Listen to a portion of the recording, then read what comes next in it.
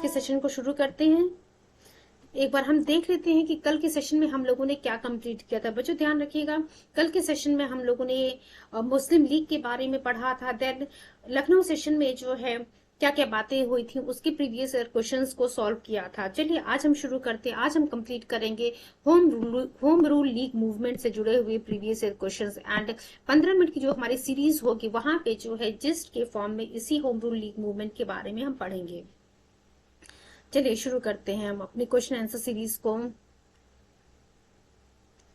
और आप लोगों से रिक्वेस्ट है, कोशिश कीजिएगा सभी क्वेश्चंस के जो है सही जवाब देने की। And one more request to all of you, starting में मैं आप लोगों से कह दे रही हूँ कि प्लीज आप लोग एक पेन और कॉपी लेकर के जरूर बैठिएगा, सो दैट इंपॉर्टेंट पॉइंट्स को हम यहाँ पर नोटेड डाउन करते चलिए। चलिए हम शुरू करते हैं। पहला क्वेश्चन है हमारा, who launched the first home rule league movement. तो देखिए क्या कह रहा है कि पहला होम रूल लीग मूवमेंट किसने लॉन्च किया था। Annie Besant, Sarojini Naidu, Surendra Nath Banerjee and Tilak. UPPCSP 1993 1991 का क्वेश्चन है बच्चों। जो पहले हम इसके एक्सप्लेनेशन को एक बार देख लेते हैं। फर्स्ट वर्ल्ड वार के समय एनी बेसेंट और तिलक इन्होंने जो है नेशनल मूवमेंट में जो है एक नई जान डालने की कोशिश की। बाल गंगाधर तिलक जी ने जो है गृह शासन यानी कि होम रूल को जो है शुरू करने के लिए सोचा, in place of Swaraj as the goal of his movement. तो देखिए स्वराज की जगह जो है बाल गंगाधर तिलक जी ने होम रूल को जो है शुरू करने के लिए सोचा। एंड बाल गंगाधर तिलक जी ने जो है अप्रैल 1916 में बच्चों फर्स्ट होम रूल लीग शुरू किया था। वहीं जब हम एनी बेसेंट जी की बात करते हैं तो एनी बेसेंट जी भी बाल गंगाधर तिलक जी जिस प्रकार से होम रूल लीग मूवमेंट को शुरू किए थे उसी प्रकार से उसी आधार पे जो है एनी बेसेंट जी ने भी जो है सितंबर 1916 में होम रूल लीग मूवमेंट शुरू किया।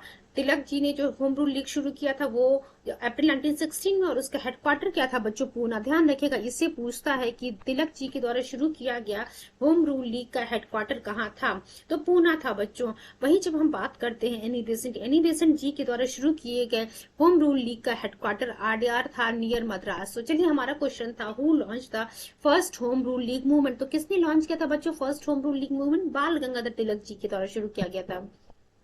और सेकंड जो है आप कह सकते हैं उसके बाद जो है सितंबर 1916 में ये होम रूल लीग मूवमेंट किसके द्वारा शुरू किया गया था, एनी बेसेंट जी के द्वारा शुरू किया गया था। चलो hope so each and every point is clear to all of you. Next point की तरफ हम मूव करते हैं बच्चों।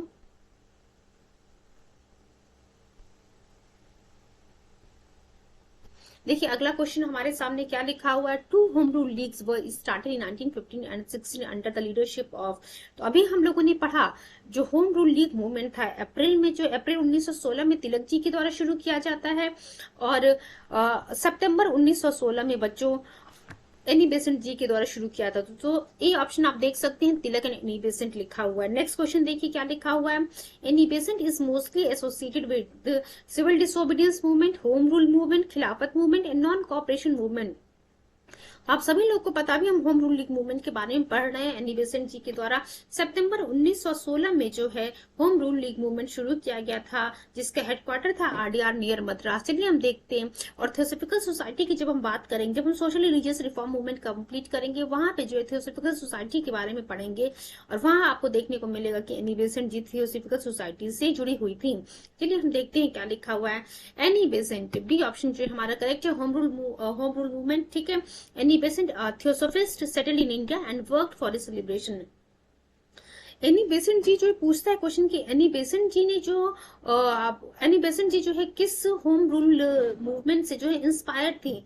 She was inspired from the Irish home rule movement and form the home rule league in India in सितंबर 1916 at Adyar in Madras. तो देखिए एक क्वेश्चन ये भी बन सकता है और पूछा भी हुआ है एक्चुअली कि एनी बेसेंट जी के द्वारा जो शुरू किया गया था होम रूल लीग मूवमेंट, वो जो है किससे इंस्पायर होकर के उन्होंने शुरू किया था। तो Irish home rule league movement से जो है इंस्पायर होकर के एनी बेसेंट जी के द्वारा home rule league movement Bharat में शुरू किया था सितंबर 1916 में, जिसका हेडक्वार्टर था RDR near Madras. She already explained her views about this movement in Commonwealth. अब ध्यान रखिएगा, जब मैगजीन वाला टॉपिक हम पढ़ेंगे, वेरियस टाइम ये क्वेश्चन पूछा हुआ है कि कॉमनवेल्थ जो है मैगजीन किसके द्वारा शुरू की गई थी, जो कि एक वीकली जर्नल था। तो कॉमनवेल्थ बच्चों एनी बेसेंट जी के द्वारा शुरू की जाती है 1914 में। और एनी बेसेंट जी जो इस मूवमेंट, होम रूल मूवमेंट को जो शुरू करती हैं, किस लिए शुरू करती हैं? प्रशासन के हर लेवल पे जो है हमें सेल्फ गवर्नेंस का डिमांड करके जो है एनी बेसेंट जी ने इस होम रूल मूवमेंट को शुरू किया था।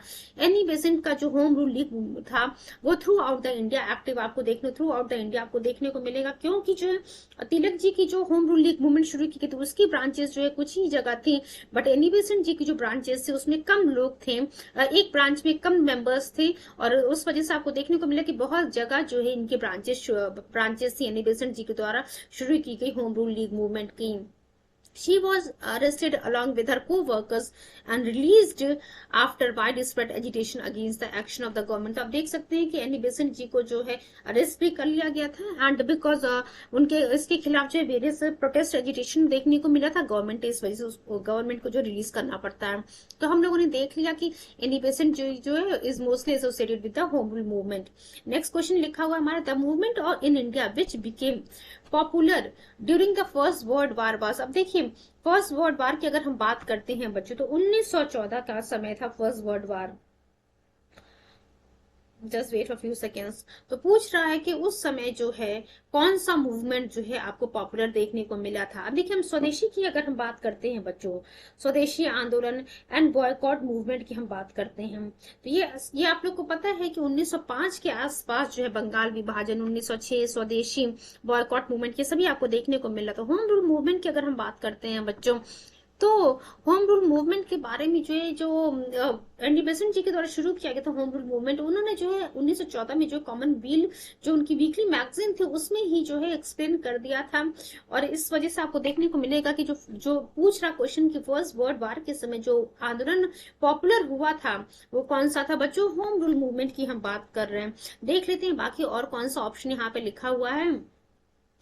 देखिए सेपरेटिस्ट मूवमेंट लिखा हुआ है, स्वराज पार्टी मूवमेंट लिखा है, तो 1914 के आसपास जो है होम रूल मूवमेंट की ही हम बात करें। नेक्स्ट क्वेश्चन देखते हैं हम क्या लिखा हुआ, who among the following did not contribute to the home rule league movement. तो देखिए क्या कह रहा है, इनमें से जो है कहाँ किसने जो किस लीडर के जो द्वारा जो है होम रूल लीग मूवमेंट में कंट्रीब्यूशन नहीं किया गया था? Bal Gangadhar Tilak ji, Annie Besant ji, S Subramaniam Iyer and T S Olcott. तो देखिए बताइए फटाफट आप लोग मुझे बताइए, आप सभी लोग को पता है बाल गंगाधर तिलक जी और एनी बेसेंट जी, ये दो नाम तो आप लोग को अच्छे से पता है कि होम रूल लीग मूवमेंट से जुड़े हुए थे। जब हम बात करते हैं बच्चों एस सुब्रमण्यम अय्यर की, तो एस सुब्रमण्यम अय्यर जी एनी बेसेंट जी के द्वारा शुरू किया गया था जो होम रूल लीग, उसी से जुड़े हुए थे। और टीएस ऑलकॉट की जब हम बात करते तो टीएस ऑलकॉट बच्चों होम रूल लीग मूवमेंट से नहीं जुड़े हुए थे। हम लोगों ने जो है जब थियोसॉफिकल सोसाइटी एक्चुअली एक बार हम लोगों ने पढ़ा हुआ है, तो हम लोगों ने टीएस ऑलकॉट का नाम वहां पे पढ़ा था। तो टीएस ऑलकॉट जी जो है थियोसॉफिकल सोसाइटी से जुड़े हुए थे। इस थियोसॉफिकल सोसाइटी से एनी बेसेंट जी भी जुड़ी हुई थी, आप सभी लोग को पता है। तो क्वेश्चन था हमारा किस इनमें से जो चार ऑप्शन दिया उसमें से जो है कौन जो है leader home rule league movement से नहीं जुड़ा हुआ था? टीएस ऑलकॉट जो है थियोसॉफिकल सोसाइटी से जुड़े हुए थे, ना कि होम रूल लीग मूवमेंट से जुड़े थे। चलिए एक बार एक्सप्लेनेशन में हम देख लेते हैं। एक्सप्लेनेशन हम इसलिए कवर करते हुए चल रहे, मैं चाहती तो आप लोग के सामने सिर्फ जो क्वेश्चन पढ़ करके एक उसके ऑप्शन को जो है आप लोग को बता देते कि हाँ इसका ये आंसर होना चाहिए, बट एक्सप्लेनेशन हमें देखना इसलिए जरूरी है ताकि जो भी आने वाले क्वेश्चन हों उन सभी के आंसर जो है आप लोग को क्लियर हो जाए, आप कह सकते हैं आप लोग को याद भी हो जाए और आपका कोई भी क्वेश्चन जो है एग्जाम में गलत ना हो। मैं आप लोगों से एक चीज कहती हूँ कि पढ़ो ऐसे कि पढ़ा सको और एग्जाम को क्लियर कर सको। तो चीजें देखिए आप इस तरीके से पढ़िए कि खुद याद हो जाए, आप दूसरों को भी बता सके और अपने एग्जाम को भी जो है आप क्लियर कर सके। चलिए हम देखते हैं। TS Olcott was not associated with the home rule league, आप लोग को पता है, बट ये थियोसॉफिकल सोसाइटी से जुड़ी हुई थी। तिलक स्टार्टेड होम रूल लीग इन अप्रैल 1916, अप्रैल 1916 में बाल गंगाधर तिलक जी के द्वारा होम रूल लीग शुरू किया गया था। वही एनी बेसेंट जी की जब हम बात करते हैं बच्चों, तो एनी बेसेंट जी ने सितंबर 1916 में होम रूल लीग को शुरू किया था। एस सुब्रमण्यम अय्यर की बात करते हैं तो एस सुब्रमण्यम अय्यर जी होम रूल लीग मूवमेंट जो एनी बेसेंट जी के द्वारा शुरू किया गया था उससे जुड़े हुए थी। उससे जुड़े हुए थे। चलिए नेक्स्ट क्वेश्चन की तरफ हम मूव करते हैं। देखिए क्या लिखा हुआ है अगला क्वेश्चन। अब एक्सप्लेनेशन देखना क्यों जरूरी था, ये जो अगला क्वेश्चन देखने को मिला वहां पे क्या लिखा हुआ है, इनमें से कौन जो है होम रूल मूवमेंट से नहीं जुड़ा हुआ है। C R Das, S Subramaniam Iyer, Annie Besant Tilak. तो देखिए अभी हम लोगों ने एस सुब्रमण्यम अय्यर जी के बारे में पढ़ा है, जो कि एनी बेसेंट जी के द्वारा शुरू किए गए होम रूल लीग मूवमेंट से जुड़े हुए थे। बाल गंगाधर तिलक जी का आप लोग को पता है कि अप्रैल 1916 में होम रूल लीग मूवमेंट शुरू किया था। एनी बेसेंट जी ने सितंबर 1916 में जो है होम रूल लीग मूवमेंट शुरू किया था। एनी बेसेंट जी ने जो होम रूल लीग शुरू किया था वो जो है Irish home rule league movement से जो है इंस्पायर थी। तो सीधा सीधा ऑप्शन आपको देखने को मिला, C R Das was not associated with the home rule movement. चलिए नेक्स्ट क्वेश्चन की तरफ हम मूव करते हैं। Please give me few seconds.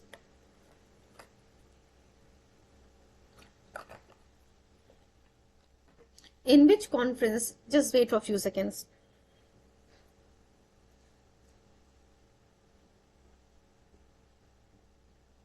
Next question हम देखते हैं बच्चों क्या लिखा है हमारे सामने।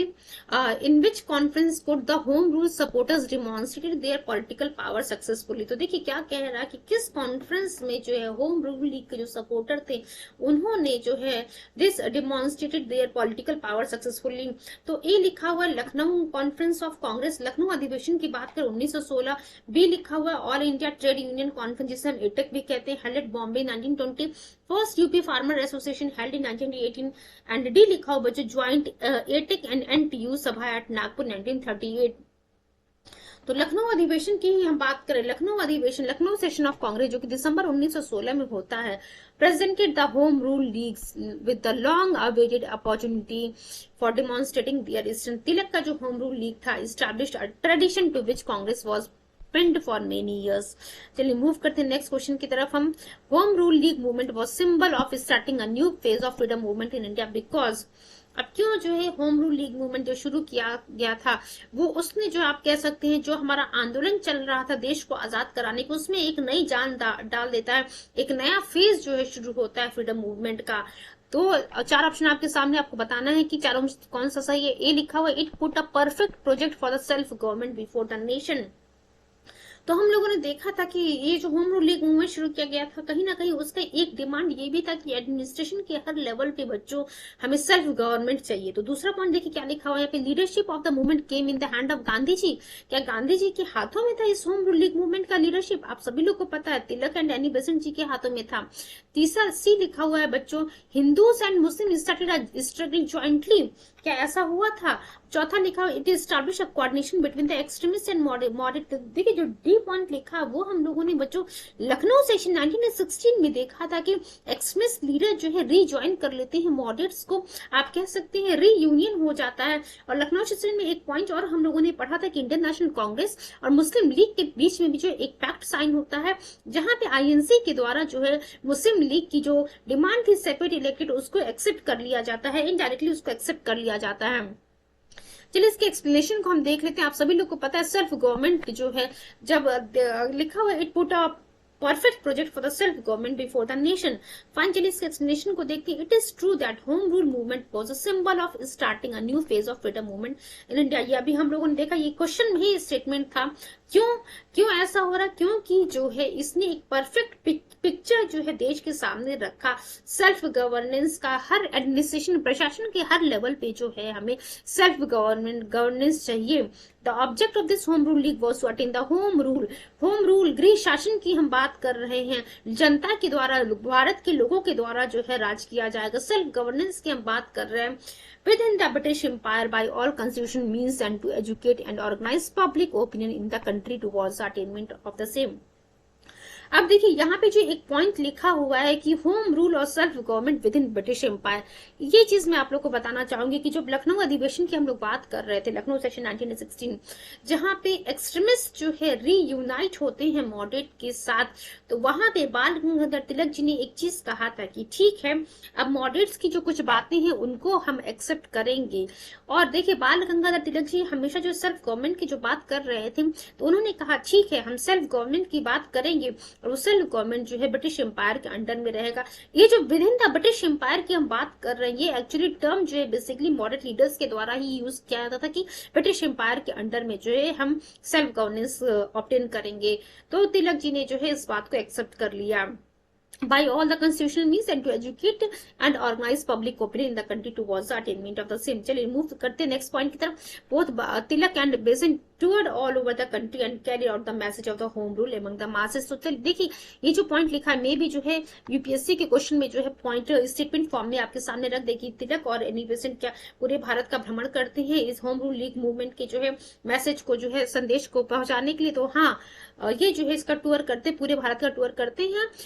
Kisli carried out the message of the home rule league movement among the masses. This home rule movement became a powerful movement during the First World War. देखिए अभी हम लोगों ने थोड़ी देर पहले क्वेश्चन देखा था कि वो कौन सा आंदोलन था जो प्रथम विश्व युद्ध के समय जो है पावर जो है आप कह सकते हैं हाईलाइटेड होता है, सामने आता है। तो होम रूल मूवमेंट की हम बात कर रहे थे।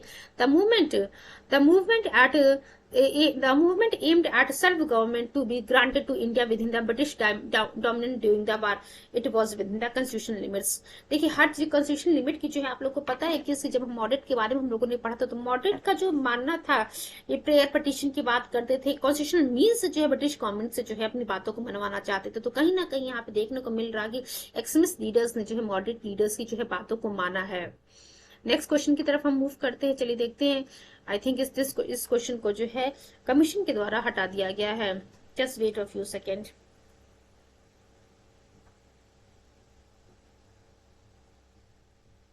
चलिए देखिए क्या क्वेश्चन लिखा है। Which of the following is not correct about the home rule league movement. अब देखिए क्या कह रहा है कि इसमें से कौन सा जो है करेक्ट नहीं है होम रूल लीग मूवमेंट के द्वारा। पहला पॉइंट लिखा था plan was first presented in 1915 by the Annie Besant. तो देखिए अब हम जो है एक एक करके पॉइंट को देखते चलेंगे कि कौन सा स्टेटमेंट जो है यहाँ पे करेक्ट नहीं है और कह रहा। और फिर चलिए अब जो पहला वाला पॉइंट लिखा तो plan was first presented in 1914-15 bye Annie Besant. तो बच्चों ये जो पॉइंट लिखा हुआ है ना आपके सामने, ये सही है कि जो प्लान था एनी बेसेंट जी के द्वारा, हम लोगों ने पढ़ा था कि कॉमन व्हील जो उनकी वीकली मैगजीन थी, वहां पे इन्होंने जो है एनी बेसेंट जी ने होम रूल लीग मूवमेंट के बारे में 1914-15 में जो है पहले लिख बता दिया था, प्रेजेंट कर दिया था।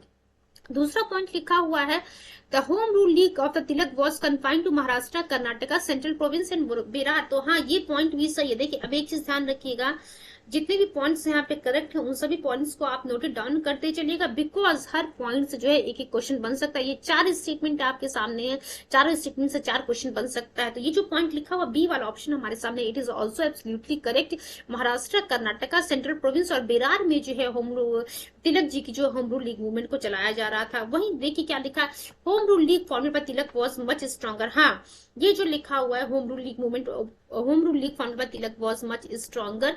यहाँ पे जो है जब एनी बेसेंट इनकी जो है ब्रांचेस भी कम थी, और एनी बेसेंट जी की हम बात करते तो लूज आप कह सकते हैं loose home rule league movement था और उसकी ब्रांचेस काफी सारी थी। Despite the differences between the Tilak and Besant both the leagues continue to exist. तो देख सकते हैं कि तिलक और एक्चुअली जो तिलक और बेसेंट के बीच में डिफरेंसेस ऑफ ओपिनियन नहीं था, बट जो तिलक की होम रूल लीग मूवमेंट के जो मेंबर्स थे और एनी बेसेंट की जो होम रूल लीग मूवमेंट के जो मेंबर्स थे बच्चों, उनके बीच में डिफरेंसेस ऑफ ओपिनियन था। तिलक के कुछ मेंबर्स तो तिलक के होम रूल लीग की मूवमेंट के जो कुछ मेंबर्स थे वो बेसेंट को नहीं पसंद करते थे, और एनी बेसेंट के जो होम रूल लीग के जो मेंबर्स थे कुछ वो जो है तिलक जी को नहीं पसंद करते थे। इसके बाद भी जो है ये दोनों लीग जो है एक साथ जो एग्जिस्ट कर रही थी। चलिए इसके एक्सप्लेनेशन को हम देख लेते हैं क्या क्या। ये चारों स्टेटमेंट बच्चों सही है, इसमें से कोई भी स्टेटमेंट गलत नहीं है। चलिए हम देखते हैं the concept for the foundation of the home rule league was first introduced by Annie Besant की हम लोगों ने देखा। Self governance movement began with the publication of weekly. अभी हम लोगों ने पढ़ा था कि कॉमनवेल्थ मैगजीन जो थी उनकी वीकली जो जर्नल थी उसमें जो है एनी बेसेंट जी ने 1914 में ही जो है सेल्फ गवर्नेंस मूवमेंट या फिर होम रूल लीग मूवमेंट के बारे में पब्लिश कर दिया था।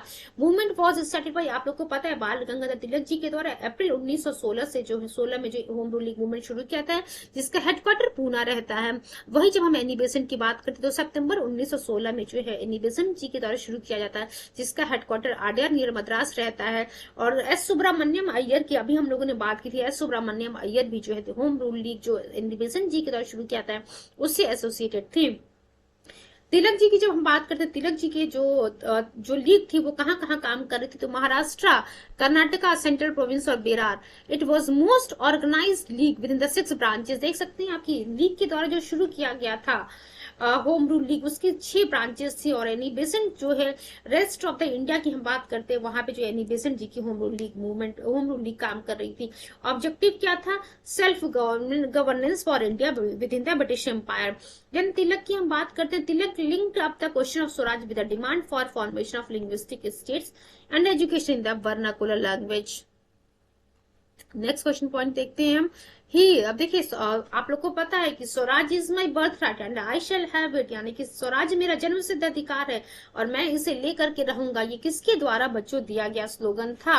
तो ये बाल गंगाधर तिलक जी के द्वारा दिया गया स्लोगन था कि स्वराज मेरा जन्म सिद्ध अधिकार है और मैं उसे लेकर के रहूंगा। मराठी और केसरी की हम बात, मराठा और केसरी की बात करते हैं बच्चों, तो मराठा जो है इंग्लिश लैंग्वेज में और केसरी जो है मराठी लैंग्वेज में तिलक जी के द्वारा पब्लिश की जाती है। और एनी बेसेंट जी की जो है आप लोग को पता है, एनी बेसेंट जी के द्वारा जो पब्लिश की गई थी बुक, वो कौन कौन सी थी? New India, Commonwealth. New India और कॉमनवेल्थ जो एनी बेसेंट जी के द्वारा पब्लिश की जाती है। मराठा एंड केसरी जो है तिलक जी के द्वारा प्रेजेंट की जाती है। न्यू इंडिया की बात करते हैं, new India became the organ of the home rule league movement. और ये जो दोनों लीग थी, मीन्स एनी बेसेंट और तिलक जी की जो होम रूल लीग थी, ये दोनों जो है वो complementary with each other. So there was no dispute between the Tilak and Annie Besant and both league continue to exist. तो आप देख सकते हैं सभी ऑप्शन जो है करेक्ट है। तो मे भी जो है कमीशन के द्वारा, यूपीपी से 2004 का ये क्वेश्चन है, मे भी कमीशन के द्वारा इस क्वेश्चन को हटा दिया गया हो या फिर जो है बोनस मार्किंग सभी बच्चों के लिए कर दिया गया हो।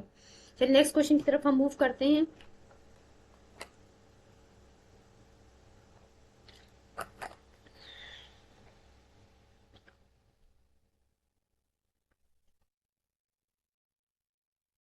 Who among the following was not, just wait a few seconds.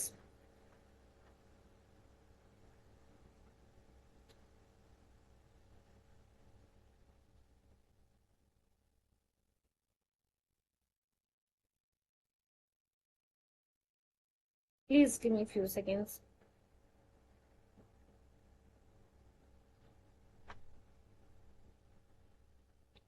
चलिए मूव करते हैं नेक्स्ट क्वेश्चन की तरफ। Who among the following was a proponent of the feminism as a movement. तो देखिए ये इंपॉर्टेंट है, इसको याद कर लीजिएगा, एक लाइन है, इसको नोट डाउन करते चलिएगा आप लोग। क्या पूछा है कि इसमें से जो है कौन प्रोपोनेंट था फेमिनिज्म एज अ मूवमेंट? तो एनी बेसेंट जी की बच्चों हम यहाँ पे बात कर रहे हैं। Annie Besant was a proponent of the Fabian movement. चलिए मूव करते नेक्स्ट क्वेश्चन की तरफ हम।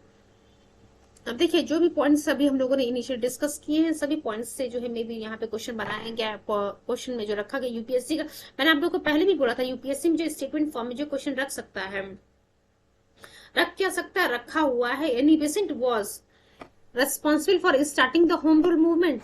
क्या एनी बेसेंट जी इसके जिम्मेदार है होम रूल मूवमेंट के शुरू करने के लिए? तो आप सभी लोग को पता है कि सही है या गलत है। दूसरा पॉइंट लिखा हुआ founder of the theosophical society. क्या एनी बेसेंट जी फाउंडर थी थियोसॉफिकल सोसाइटी की? बच्चों ध्यान रखिएगा, she was not the founder of the theosophical society but she was associated with the theosophical society. Second option हमारा गलत है। तीसरा पॉइंट क्या लिखा हुआ है? पहला पॉइंट तो हमारा सही है, आप लोग को पता है होम रूल गृह शासन आंदोलन को जो शुरू करने वाली जो एनी इसकी रिस्पॉन्सिबल जो है एनी बेसेंट जी थी। Then once the president of the Indian national Congress, ये भी बात आप लोग को पता है, ये Annie Besant ji Indian national Congress का जो 1917 का कलकत्ता सेशन हुआ था, वहां पे जो इन्होंने प्रिसाइड किया था। तो फर्स्ट और थर्ड ऑप्शन हमारा करेक्ट है, मींस 1 एंड 3 मींस सी वाला ऑप्शन हमारा सही है। इसके एक्सप्लेनेशन को देख लेते हैं। Even though Annie Besant was associated with the theosophical society, she was not it's founder. तो इसके फाउंडर नहीं थी, उससे जुड़ी हुई थी। और इसके फाउंडर कौन थे बच्चों? इस थियोसॉफिकल सोसाइटी की हम बात करें, madam Blavatsky and Henry Olcott और एच.एस. ऑलकॉट, जिन्हें हम कहते हैं Henry Olcott and Madame Blavatsky were the founder of the Theosophical Society. Fine. Next point देखिए क्या लिखा है, Annie Besant became the first women president of the Indian national Congress 1917 Calcutta session. सही है ये हमारा। उसके बाद देखिए क्या लिखा हुआ है हमारे सामने, Annie Besant launch the home rule league in India on the lines of the Irish home rule league along with Tilak. तो ये हम लोगों ने देखा, एनी बेसेंट जी ने जो होम रूल लीग मूवमेंट शुरू किया था भारत में, वो जो है आयरिश होम रूल लीग आंदोलन पे जो है आधारित था, अलॉन्ग विद तिलक जी ये शुरू कर दिए हैं। अब नेक्स्ट पॉइंट पे आते, नेक्स्ट टॉपिक है हमारा Gandhi and his early movements. देखिए जो भी इसका जिस्ट लिखा हो वो जिस्ट बच्चों हम जो 15 मिनट की हमारी सीरीज चल रही है उसमें हम कंप्लीट करने की कोशिश करेंगे। फिलहाल का जो PYQ का ये हमारा सेशन है, यहाँ पे हम प्रीवियस ईयर क्वेश्चन को सॉल्व कर रहे हैं। एंड एक बार फिर से मैं रिक्वेस्ट करूंगी, सिंस अब यहाँ पे एक और नया टॉपिक हम डिस्कस करने जा रहे हैं, गांधी जी एंड हिज अर्ली मूवमेंट्स। तो ध्यान रखिएगा, एक पेन और कॉपी लेकर के जरूर बैठेगा ताकि इंपॉर्टेंट पॉइंट्स को हम यहाँ पर नोटेड डाउन करते चले। चलिए हम शुरू करते हैं क्वेश्चन को। Give me few seconds.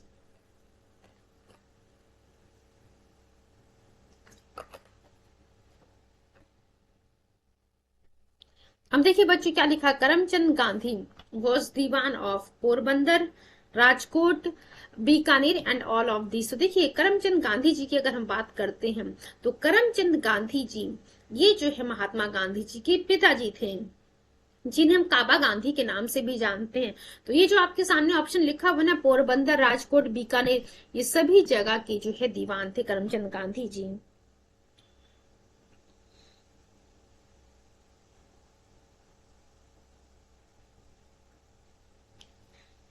चलिए हम शुरू करते हैं। फाइन, ये क्लियर हो गया कि अगर आप लोगों से पूछ लेता है कि करमचंद गांधी कौन थे, तो करमचंद गांधी जी जो है फादर ऑफ गांधी जी थे। एंड काबा गांधी के नाम से हम किन्हें जानते हैं, तो करमचंद गांधी जी को हम काबा गांधी के नाम से जानते हैं। And he was Dewan of the Porbandar, Rajkot and Bikaner. चलिए move to the next question. क्या लिखा, in which of the following colleges Gandhi ji had study. तो देखिए क्या लिखा हुआ कि इनमें से किस कॉलेज में जो है गांधी जी ने पढ़ाई की है।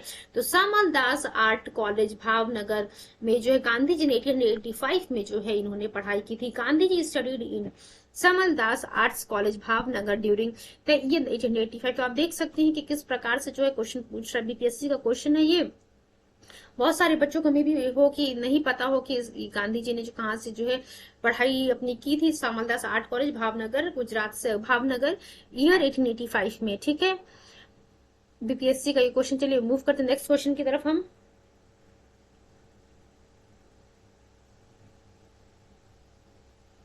क्या लिखा, which of the following international events influence the course of national movement in India before the advent of the Mahatma Gandhi. तो देखिए क्या कह रहा है कि यहाँ पे जो 4 इवेंट लिखे हुए, इंटरनेशनल इवेंट लिखे हुए, किसने जो है नेशनल, जो भारत में जो है नेशनल मूवमेंट शुरू हुआ, किसने जो उसको इन्फ्लुएंस किया था गांधी जी के अराइवल से पहले। Italian Abyssinian war 1898। दूसरा लिखा बॉक्सर मूवमेंट इन चाइना। तीसरा लिखा revolutionary movement in Ireland. And चौथा लिखा victory of the Japan in the Russo Japanese war. तो ध्यान रखिएगा बच्चों, ये चारों ऑप्शन हमारे करेक्ट है। 1 2 3 4 ये चारों के चारों ऑप्शन हमारे करेक्ट है। चलिए इसके एक्सप्लेनेशन को हम देख लेते हैं एक बार। देख सकते हैं आप UPSC 1994 में किस प्रकार से क्वेश्चन पूछा हुआ है कि वर्ल्ड हिस्ट्री के बहुत सारे पॉइंट्स को जो है यहाँ से कनेक्ट किया है। Before the advent of Gandhi, Gandhi ji के अराइवल से पहले, नेशनल मूवमेंट में गांधी जी के आने से पहले, एंट्री से पहले, इटालियन एबिसिनियन वार जो था 1898 में। Just wait for few seconds. Italian Abyssinian war 1898 in which the colonial power of Italy was defeated. Then Boxer movement की हम बात करते हैं 1899 से 1901 in China, and victory of Japan in the Russo-Japanese War were the international events that influenced the course of national movement in India. But the victory of Japan over Russia in 1905 influenced most. ध्यान रखिएगा, ये बहुत कुछ थोड़ा सा हटके point आपके सामने आया है, तो इन सभी पॉइंट्स को आप नोट कर लीजिएगा, स्टार मार्क लगा लीजिएगा। UPSC में पूछा हुआ 1994 में, तो पॉसिबल है कि यूपी में भी जो ये क्वेश्चन रिपीट हो जाए। After defeating Russia 1905, Japan proved itself as a dominant country through its militant approach over a powerful country of Europe. Thus, delusions were resolved that the white people are invincible. चलिए move करते हैं next question की तरफ। Name the magazine publish by Mahatma Gandhi during his stay in South Africa. देखिए महात्मा गांधी जी के बारे में जो थ्योरेटिकल पार्ट था, प्री कम मीन्स, वो हम लोगों ने ऑलरेडी डिस्कस किया हुआ है। तो अगर हम यहाँ पे अगर आपके सामने पहले जिस नहीं कवर कर रहे हैं, तो ऐसा नहीं है कि आप लोग को नहीं आना चाहिए, सभी क्वेश्चंस आप लोगों को आने चाहिए, बिकॉज ऑलरेडी हम लोगों ने महात्मा गांधी जी के बारे में 2 या 3 लेक्चर में कवर अप किया है। तो क्वेश्चन देखते हैं हम। Name the magazine publish by Mahatma Gandhi during his stay in South Africa was Navjivan, India gazette, Afrikaner and the Indian opinion. UPPSC pre 2002 का ये क्वेश्चन है। तो देखिए बच्चों, इंडियन ओपिनियन की हम बात करें, गांधी जी जब नदल इंडियन कांग्रेस की स्थापना करते हैं साउथ अफ्रीका में 1894 में, and during this long movement south Africa में जो है इन्हें कई बार जे जाना पड़ता है। इन्होंने टॉल्स्टॉय फॉर्म की स्थापना की थी। देखिए पूछता है कि टॉल्स्टॉय फॉर्म की स्थापना किसने की थी, तो गांधी जी के द्वारा बच्चों टॉल्स्टॉय फॉर्म की स्थापना की जाती है। इन द सेम वे जो है उसी प्रकार से एक और क्वेश्चन पूछता है कि नटल इंडियन कांग्रेस की स्थापना गांधी जी के द्वारा कहाँ पे की जाती है और कब की जाती है, तो साउथ अफ्रीका में 1894 में की जाती है बच्चों। एंड एक और क्वेश्चन पूछा हुआ है कि नटल इंडियन कांग्रेस की स्थापना 1894 में साउथ अफ्रीका में किसके द्वारा की जाती है, तो गांधी जी के द्वारा की जाती है। अब देखिए जो टॉल्स्टॉय फॉर्म की हम बात कर रहे थे, जिसके फाउंडर रहे हैं Gandhi ji, with his associates and started living there, he published a magazine Indian opinion. देखिए इंडियन ओपिनियन की जो है पब्लिशर कौन रहे हैं, महात्मा गांधी जी रहे हैं। साउथ अफ्रीका में ही जो इंडियन ओपिनियन को पब्लिश किया था गांधी जी ने। And founded the Phoenix farm in December 1904 in Durban. तो आप देख सकते हैं Natal Indian congress and Tolstoy farm then the Phoenix farm, इन सभी के जो है फाउंडर कौन रहे हैं, महात्मा गांधी जी ने। चलिए मूव करते हैं नेक्स्ट क्वेश्चन की तरफ। वेयर इज फिनिक्स फार्म, तो देखिए क्या लिखा हुआ, फिनिक्स फार्म कहाँ है, Suratgarh, Essex England, दरबन south Africa and Kampala. तो देखिए बच्चों दरबन साउथ अफ्रीका में जो फिनिक्स फार्म है जिसकी स्थापना गांधी जी के द्वारा दिसंबर 1904 में की जाती है। तो होप सो आप लोग को याद हो गया। नेक्स्ट पॉइंट हम देखते हैं, Mahatma Gandhi was a supporter of Marxist socialism, then category socialism, then idealism, then philosophical anarchism. तो देखिए फिलोसॉफिकल एनार्किज्म के जो है सपोर्टर रहे हैं महात्मा गांधी जी। चलिए हम देख लेते हैं आखिर इसमें जो है कौन सी बातें मेंशन की गई हैं।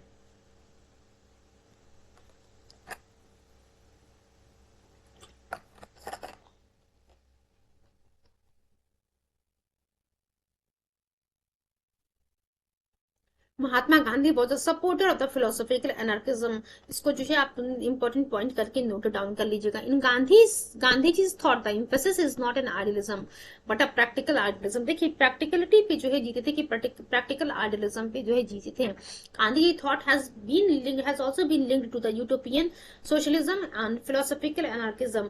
ध्यान रखिएगा philosophical anarchism and utopian socialism, इन दोनों से भी जो है गांधी जी की जो थॉट्स थी, जो आइडियाज थी, वो लिंक हो रही थी।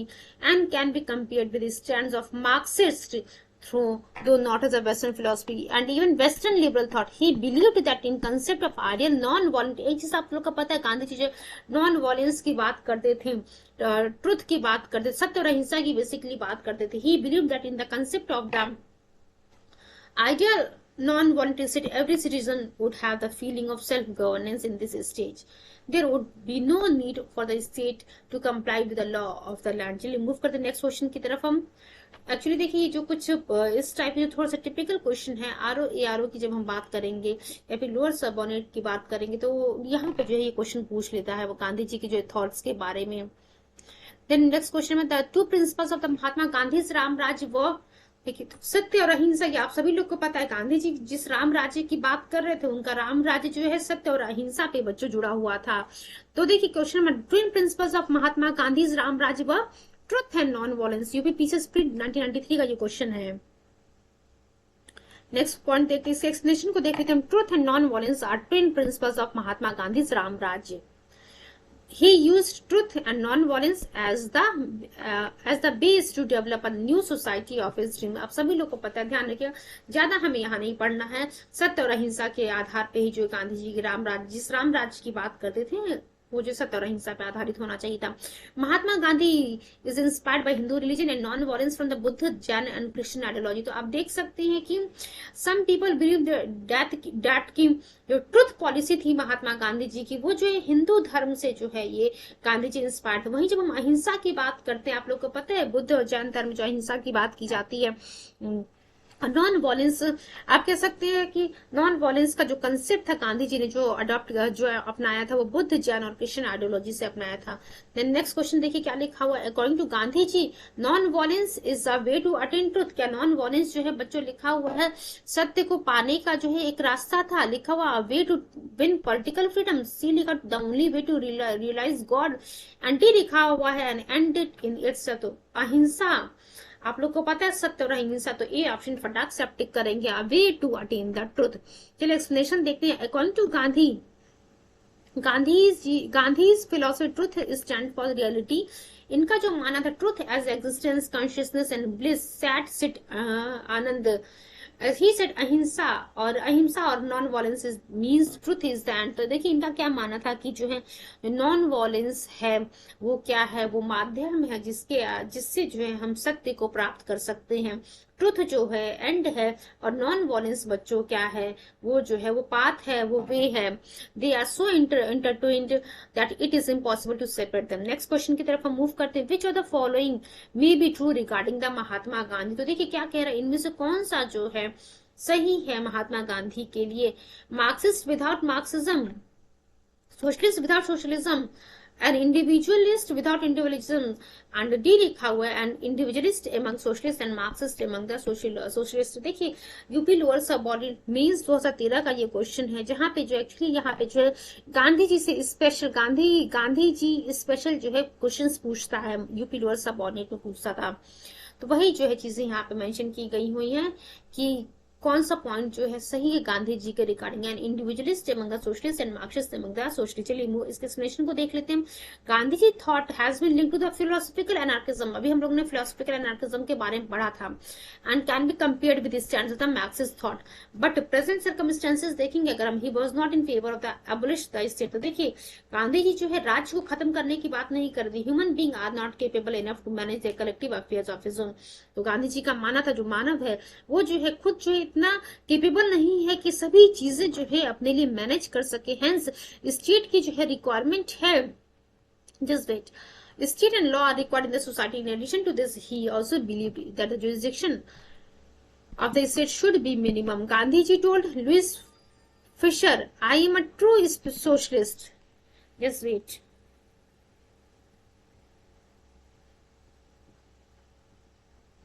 Gandhi ji told Louis Fischer, I am a true socialist, the meaning of my socialism is Sarvodaya. देखिए तो गांधी जी जो जिस आप कह सकते हैं सोशलिज्म की बात कर रहे थे, इनकी सोशलिज्म का मतलब था सर्वोदय, यानी कि सबका उदय करना। There's a great similarity between Gandhi and Marx. The final aim of both of them was to establish a stateless and a classless society. देखिए गांधी जी का जो आप कह सकते हैं मार्क्स और गांधी जी के बीच में यही सिमिलरिटी थी कि दोनों का जो एट द एंड आपको एम देखने को मिलेगा कि क्लासलेस सोसाइटी और स्टेटलेस सोसाइटी की बात कर रहे थे, बट जो अचीव करने का तरीका था वो डिफरेंट था। गांधी जी जो है नॉन वॉयलेंस की बात करते थे और मार्क्स जो है बच्चों वॉयलेंट की बात करता था।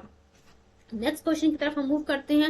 विच on the following was a last step in the Gandhi strategy of satyagraha. तो देखिए क्या कह रहे हैं कि गांधी जी ने जो सत्याग्रह की बात की थी उसमें जो है आखिरी रास्ता कौन सा अपनाना था उस सत्याग्रह को अपनाने, इस सत्याग्रह के लिए। तो बच्चों स्ट्राइक की हम बात कर रहे थे, प्रोटेस्ट की बात करते थे। Strike was a last step in Gandhi strategy of the Satyagraha while fasting was the first step. देखिए तो जो फास्ट जो रखते थे गांधी जी, फास्ट एंड टू डेथ वाला आप लोगों ने सुना होगा, जो फास्टिंग था बच्चों वो पहला स्टेप था गांधी जी के द्वारा। सत्याग्रह जब गांधी जी ने शुरू किया उस सत्याग्रह में जो पहला स्टेप था, पहला कदम वो फास्टिंग था, और लास्ट कदम की अगर हम बात करते लास्ट स्टेप जो है सत्याग्रह था, सॉरी स्ट्राइक था। He turned fasting as a fire arrow.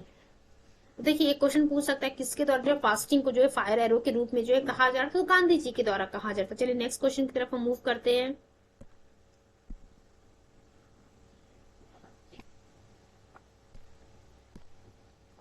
Which of the following statement is not true as per Gandhi principal. देखिए जो गांधी जी के सिद्धांत कह रहा है कि इसमें से जो कौन सा स्टेटमेंट ट्रू नहीं है। The aim of satyagraha is to defeat the enemy. क्या अब देखिए क्या कह रहा है कि दुश्मनों को जो है हराना, क्या सत्याग्रही का ये एम होना चाहिए। दूसरा पॉइंट लिखा है the weapon of satyagraha is अहिंसा। के जो सत्याग्रह चलाना चाहते थे गांधी जी, जो चला रहे थे उसके जो है हथियार जो है अहिंसा को अपनाएगा। तो हाँ, तो अहिंसा और सत्य जहां लिखा रहेगा वो पॉइंट ध्यान रखिएगा, वो सही होगा। दूसरा पॉइंट लिखा हुआ है satyagrahi should be firm in his belief. तो जो भी बिलीफ है उसमें जो है वो रिजिड होना चाहिए सत्याग्रही को। Satyagrahi should have no ill feeling towards his enemies. तो देखिए सत्याग्रही के मन में जो है किसी भी प्रकार की बुरी भावना जो है अपने दुश्मनों के प्रति नहीं होनी चाहिए। तो आपको देखने को मिल रहा है कि B C D Gandhi ji के थॉट से रिलेट कर रहे हैं। वही जब हम ए की बात कर रहे हैं कि दुश्मनों को हराना जो है सत्याग्रही का एम होना चाहिए, ये जो है इनके गांधी प्रिंसिपल के आधार पे नहीं है। जब बच्चों हम लोग जो है एथिक्स के टॉपिक को कवर करेंगे, वहां पे जो गांधीन प्रिंसिपल, गांधीन थॉट्स के बारे में हम डीपली स्टडी करेंगे, बिकॉज एथिक्स के सेक्शन में जो है गांधी जी से जुड़े हुए बहुत सारे क्वेश्चन आपके एग्जाम में, मेंस के एग्जाम में आते हैं। फिर इसके एक्सप्लेनेशन को देख लेते हैं हम। गांधी जी सत्याग्रह मीन्स नॉन वॉयलेंस, आप सभी लोग को पता है, अहिंसा की बात कर रहे थे, as a force greater than violence, suffering was its driving force. तो देखिए जो सफरिंग था, ठीक है, once let the oppressors use as much force as they can on the non-violent protesters until a stage come when they can incur no more violence, hence there is no motive to defeat the enemy। देखिए गांधी जी का ऐसा कोई भी वो नहीं, गांधी जी ने कहा था कि आप अपने दुश्मनों को हराइए और ये आपका गोल होना चाहिए।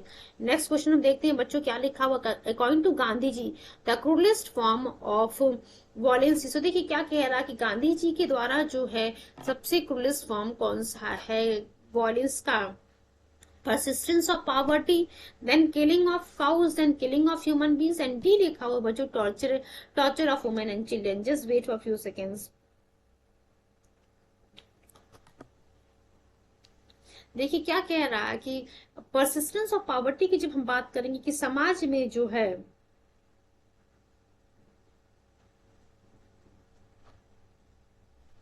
जो समाज में जो आप कह सकते हैं जो गरीबी जो है, आप कह सकते हैं उसने जो जड़ बना लिया है, क्रूरता का जो है, आप कह सकते हैं वॉयलेंस का, जो हिंसा का सबसे क्रूर फॉर्म जो है यही है। तो persistence of poverty is the cruellest form of violence according to the Gandhi ji. तो ये ऑप्शन हमारा करेक्ट है। आप देख सकते हैं कि यूपी लोअर सब ऑडिट में जो है गांधी जी से जुड़े जो गांधी जी के थॉट्स थे, जो सिद्धांत थे, उस पे जो वेरियस क्वेश्चंस पूछे हुए हैं। नेक्स्ट क्वेश्चन हम देखते हैं, what idea is given by Gandhi ji for family planning. तो फैमिली प्लानिंग के लिए गांधी जी ने जो है सेल्फ कंट्रोल की बात की थी, सेल्फ कंट्रोल का आइडिया दिया था। Gandhi ji told self control as the best mean for the family planning. Next question हम देखते हैं। आप देखिए यहाँ से जो है अभी तक जो है हम क्या क्वेश्चन कर रहे थे, क्वेश्चन नंबर 13 तक की गांधी जी के थॉट्स क्या थे और क्या जो है उनके प्रिंसिपल्स, उस पर आधारित क्वेश्चन कर रहे थे। अब जो है क्वेश्चन 14 से हम देखेंगे कि गांधी जी की जो जितने भी जो आप कह सकते हैं कब भारत में गांधी जी आए, कौन कौन से जो है मूवमेंट गांधी जी के द्वारा शुरू किए गए, ये सभी पढ़ेंगे, हम सभी चीजें पढ़ेंगे। In which year Gandhi return from South Africa, 1915, B लिखा हुआ 1917, सी लिखा 1916, डी लिखा हुआ 1918। तो 1915 में जो है गांधी जी, जनवरी 1915 में गांधी जी साउथ अफ्रीका से जो है भारत वापस आते हैं। The struggles and the success in South Africa made him popular in India. तो जो स्ट्रगल गांधी जी ने साउथ अफ्रीका में शुरू किया था, जो उन्होंने जो है सक्सेस पाया था साउथ अफ्रीका में उस स्ट्रगल के समय, उन कारणों से जो गांधी जी भारत में भी जो है बहुत पॉपुलर हो जाते हैं। और गांधी जी जब भारत आते हैं गोपाल कृष्ण गोखले के कांटेक्ट में आते हैं और गोपाल कृष्ण गोखले जी को अपना पॉलिटिकल गुरु के रूप में जो है गांधी जी एक्सेप्ट करते हैं। He linked himself to the India's active politics under the influence of the Gopal Krishna Gokhale. Just wait. तो बच्चों ये आप लोग को याद होना चाहिए कि गांधी जी जो है भारत साउथ अफ्रीका से भारत कब आते हैं, जनवरी 1915 में जो है ये वापस आते हैं। चलिए मूव करते हैं नेक्स्ट क्वेश्चन की तरफ बच्चों। How many years did Gandhi ji live in South Africa. तो देखिए बच्चों 21 सालों तक गांधी जी जो है साउथ अफ्रीका में रहते हैं। 1893 जब 1893 में जो है गांधी जी 24 साल की उम्र में साउथ अफ्रीका चले जाते हैं। देखिए क्या लिखा है 1893, the age of 24 at the age of 24 he went to South Africa to appear in case of Gandhi ji, in case of the Gujarati merchant Dada Abdullah। he returned to India in January 1915। तो देख सकते हैं कि 1893 में जो है 24 साल की उम्र में गांधी जी साउथ अफ्रीका जाते हैं। किस लिए जाते हैं, गुजराती मर्चेंट दादा अब्दुल्ला का केस लड़ने के लिए। और जनवरी 1915 में जो है गांधी जी वापस आते हैं। अभी जो हम लोगों ने 14 नंबर वाला क्वेश्चन किया था वहां पे क्वेश्चन पूछा था कि गांधी जी साउथ अफ्रीका से वापस कब आते, तो जनवरी 1915 में आते हैं बच्चों। नेक्स्ट क्वेश्चन क्या लिखा, in which of the following railway station of the South Africa Mahatma Gandhi was thrown of the train. देखिए बहुत ही इंपॉर्टेंट है, वेरियस टाइम पूछा हुआ है, बहुत जगह ये क्वेश्चन पूछा हुआ है कि किस रेलवे स्टेशन से जो है गांधी जी को जो है साउथ अफ्रीका के किस रेलवे स्टेशन से गांधी जी को ट्रेन से बाहर फेंक दिया था। तो देखिए पीटर मैरिट्सबर्ग से जो है गांधी जी को ट्रेन से जो है बाहर फेंक दिया था। चलिए एक्सप्लेनेशन देखते हैं, बी ऑप्शन हमारा करेक्ट था। Gandhi ji arrived in Durban South Africa 1993, ठीक है। To serve as a legal counsellor. अभी हम लोगों ने देखा जो गुजराती मर्चेंट थे दादा अब्दुल्ला, उनके लीगल काउंसलर के रूप में, जो काउंसिल के रूप में जो है सर्व करने के लिए गांधी जी पहुंचते हैं दरबन साउथ अफ्रीका में जो 1993 में। In June he was asked by Dada Abdulla to undertake a trip to Pretoria in Transvaal, a journey which first took Gandhi to Pietermaritzburg. देखिए पीटर मैरिट्सबर्ग। नेक्स्ट इसका पॉइंट हम देखते हैं। There Gandhi was seated in the first class compartment since he had purchase a first class ticket. आप देख सकते हैं गांधी जी ने फर्स्ट क्लास टिकट परचेज किया था और फर्स्ट क्लास कंपार्टमेंट में ये बैठे थे।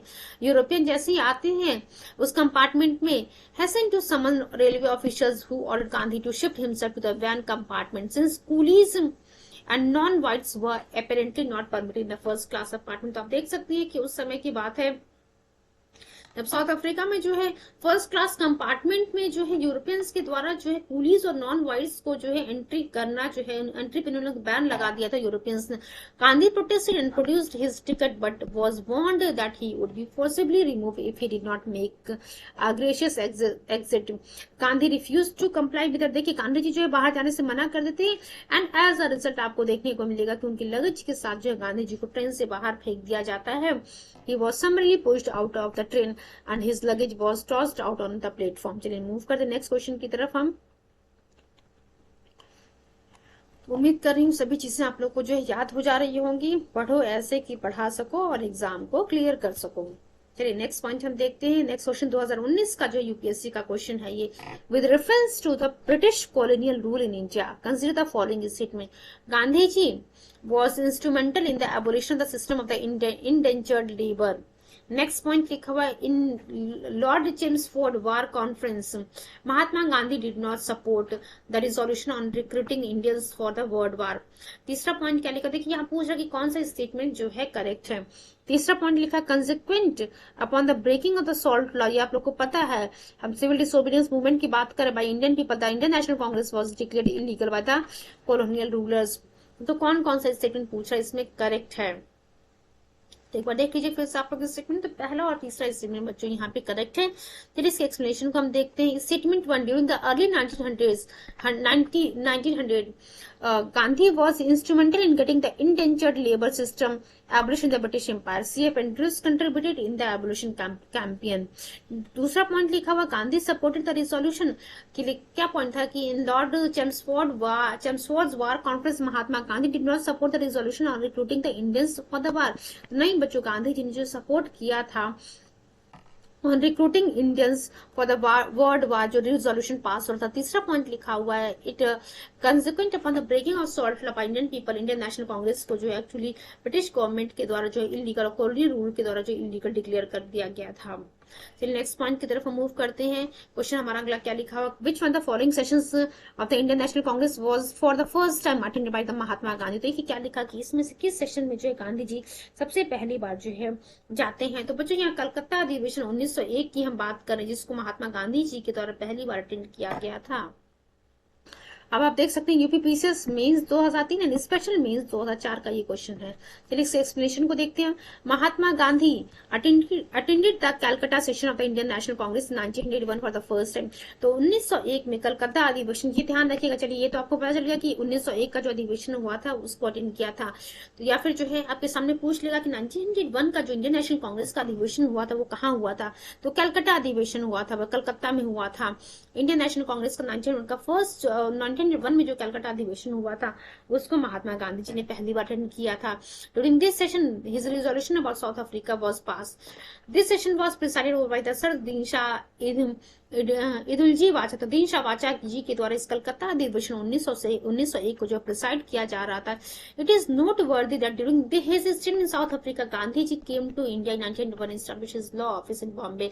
देखिए इस समय जो गांधी जी जो ये 1901 की हम बात करते हैं, इसमें गांधी जी जो है एक्चुअली में साउथ अफ्रीका में ही रह रहते हैं। 1901 में ये भारत में आते हैं और उस समय जो है भारत में कुछ दिनों के लिए आते हैं और वहां पे जो है उसी समय जो बॉम्बे में अपनी लॉ ऑफिस को ये खोल देते हैं। नेक्स्ट क्वेश्चन देखते हैं क्या लिखा है। साबरमती आश्रम established by Mahatma Gandhi during India's independence movement is located on the outskirts of। तो देखिए क्या लिखा है। इस सिविल डिसोबीडियंस मूवमेंट हम लोगों ने कवर किया था। सिविल डिसोबीडियंस मूवमेंट में इन सभी पॉइंट्स को हम लोगों ने डिस्कस किया हुआ है। तो लिखा हुआ है कि साबरमती आश्रम जो महात्मा गांधी जी के द्वारा इंडियन इंडिपेंडेंस मूवमेंट के समय शुरू किया गया था, ये किसके ऑडिशन में कहाँ पे जो है लोकेटेड है? तो बच्चों साबरमती आश्रम अहमदाबाद में है, ध्यान रखिएगा अभी आप लोग अहमदाबाद में है। चलिए इसके एक्सप्लेनेशन को हम देखते हैं। गांधी जी सत्याग्रह आश्रम was established at the Kochra bungalow in of the Jivan Lal Desai, barrister and friend of the Gandhi. उस समय जो है आश्रम वॉज कॉल्ड सत्याग्रह आश्रम। गांधी जी ने जो अपना सत्याग्रह आश्रम शुरू किया था वो ओरिजिनली जो कहाँ स्टैब्लिश किया गया था? Kochra bungalow of the Jivan Lal Desai, ध्यान रखिएगा, जो कि एक बैरिस्टर थे, फ्रेंड थे गांधी जी के। उस समय इस आश्रम को जो है, जो ये साबरमती आश्रम है ना, उसको पहले हम सत्याग्रह आश्रम के नाम से जान रहे थे। But Gandhi ji wanted to carry out various activities such as farming and animal husbandry in addition to pursuits which required a much larger area of the usable land. तो देखिए आपकी जून 1917 की हम बात करेंगे। आश्रम को जो है रीलोकेट किया जाता है to an area of the 36 acres on the banks of the river Sabarmati, Sabarmati नदी के किनारे अहमदाबाद में। बाद में आगे चल करके इसी सत्याग्रह आश्रम को जब साबरमती आश्रम के नाम से जाने लगे। नेक्स्ट पॉइंट क्या लिखा हुआ हमारा? Mahatma Gandhi set up the ashram on the bank of the Sabarmati near Ahmedabad is known as. देखिए साबरमती आश्रम तो इसे हम बाद में जानने लगे, इसे हम पहले जो सत्याग्रह आश्रम के नाम से जान रहे थे। नेक्स्ट क्वेश्चन देखते हैं क्या लिखा हुआ है। Which on the following ashram related to the Mahatma Gandhi is the oldest? तो साबरमती, फिनिक्स, वर्धा एंड सदाकत, इनमें से कौन सा आश्रम जो महात्मा गांधी से जो जुड़ा हुआ सबसे पुराना है बच्चों? तो हम फिनिक्स की बात कर रहे हैं बच्चों। Phoenix, Gandhi purchase some land near Phoenix station and establish the Phoenix settlement in mid 1994. It was reopened on 27th of Feb 2000. It was the first ashram established by the Gandhi ji. Just wait for a few seconds.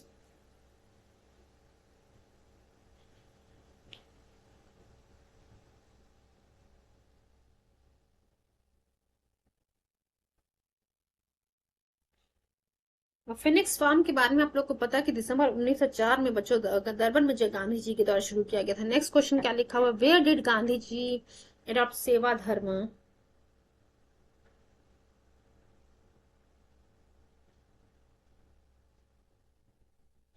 कहाँ पे गांधी जी ने जो सेवा धर्म को जो है अपनाया था? तो बच्चों साउथ अफ्रीका की हम बात कर रहे हैं। साउथ अफ्रीका में गांधी जी के द्वारा जो है सेवा धर्म को अपनाया गया था।